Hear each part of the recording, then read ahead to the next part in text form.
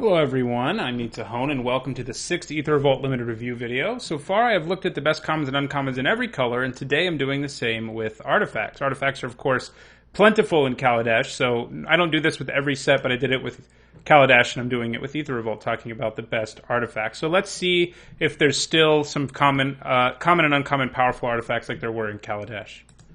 Unlike in Kaladesh, where there were two artifacts that were fairly high picks at common, Renegade Freighter and Prophetic Prism, Aether Revolt does not have common artifacts that are all that powerful, so none of these particular artifacts on this list are that powerful, though I do think that they are all solid playables or better.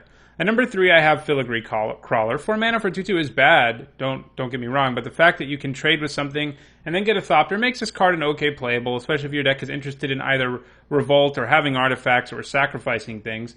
Never take it early, but it will make the cut in a decent number of decks. At number 2, I have Reservoir Walker. 5 mana 3/3, but this one comes with some nice things. First, he gains you life, and second, he gives you some energy. These are both very relevant things in Kaladesh, and Reservoir Walker is nice in that I wouldn't hate playing one in a variety of decks, including energy-based and artifact-based decks. Definitely not an early pick, but something you don't hate picking up late and making the cut in the end. At number 1, though, we do have the card on this list that I think will be the most important, and that is Renegade Map. Renegade Map is good because it helps with a number of different decks. It is an artifact, so decks that care about that will be happy with it. It sacrifices itself, so that means it can help trigger cards with Revolt. And finally, it helps you fix your mana, enabling you to splash. By pack 2 and 3, if it is clear you are splashing, Renegade Map is actually a pretty high pick because it helps so many different strategies. In the first pack, I wouldn't take it super early, but opening up the option of splashing is pretty powerful, as you saw with Prophetic Prism and Kaladesh. Now, let's move to the uncommons. While the commons other than Renegade Map are fairly underwhelming, the uncommon artifacts are some of the best uncommons in the entire set, especially number 1 and number 2, you can see here, and that isn't hyperbole. At number 3, I have Pacification Array. If you have ever had the opportunity to play a limited format with Icy Manipulator, you know how good this effect can be. This actually costs less to cast than the Manipulator, but it costs 1 more to tap creatures or artifacts. That said, the card is great, and I would take it first pick in a particularly weak pack, and definitely be happy to grab one anytime after. Being able to shut down your opponent's best attacker or blocker, depending on what you're trying to do, is a big deal. It also makes vehicles look silly, and vehicles are scary, so it's a good thing to make them look silly. All of these uncommons have the advantage of being colorless, of course, meaning you at least know you're going to play them, regardless of how the draft goes, and that definitely increases all of their value. So I have my number 2 and number 1 pick both here, and I want to say before we talk about them that I think they're basically interchangeable. They're both really, really good. Either one of them could be the best artifact uncommon.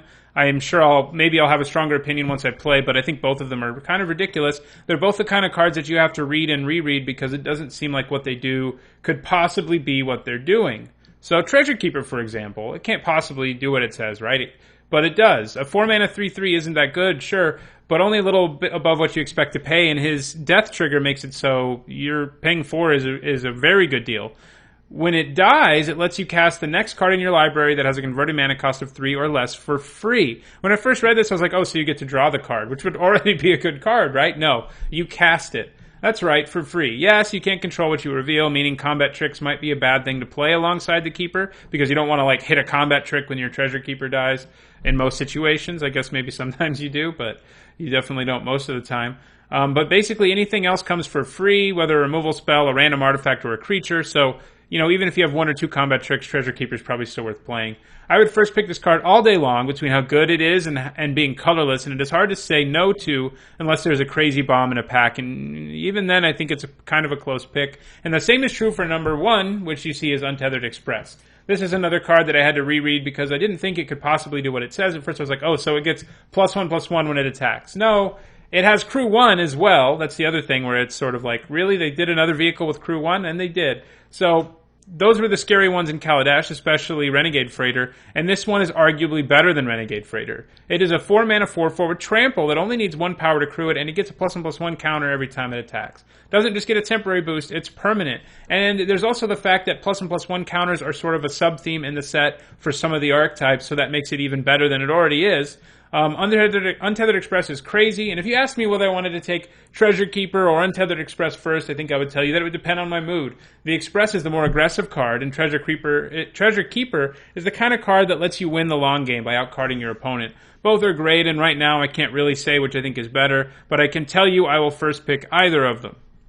Anyway, that does it for today's Aether Revolt limited review video, and concludes my videos about the best commons and uncommons in the set. However, tomorrow comes a video that is usually the most popular, and it's the most in-depth of all my limited review videos, and also the longest, and it's a look at the archetypes of Aether Revolt. If you enjoyed this video, don't forget to click the like button. If you have any questions about cards I didn't mention here, post them in the comments below and I'll try my best to get back to you. If you want to make sure you catch the rest of my limited review and other MTG content, don't forget to subscribe.